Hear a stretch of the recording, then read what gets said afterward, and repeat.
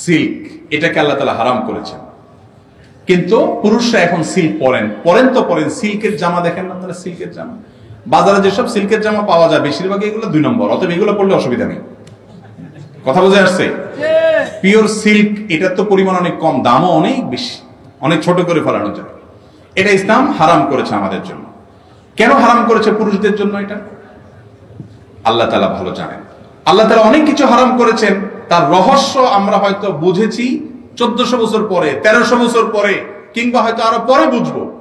ইসলাম অনেক নির্দেশ করেছে, যে নির্দেশের যৌক্তিকতা পৃথিবীর মানুষ অনেক পরে বুঝেছে, কিন্তু সৃষ্টিকর্তা যা বলে সেটাই যৌক্তিক, আমাদের বুঝে আসুক আর কি কল্যাণ আছে তার সব যদি আমি বুঝে যাব। অনেক সময় অনেকে প্রশ্ন করে, হুজুর আল্লাহ এটা কেন হারাম করছে? আরে ভাই, আল্লাহ কেন হারাম করছে এটা যদি আপনি বুঝে যান, আল্লাহর সব হারাম যদি আপনি ধরে ফেলতে পারেন, এই জন্য এটা হারাম, এই জন্য এটা হালাল, সব যদি আপনি বুঝে যান, তাহলে আল্লাহর সাথে আপনার পার্থক্য কি থাকলো?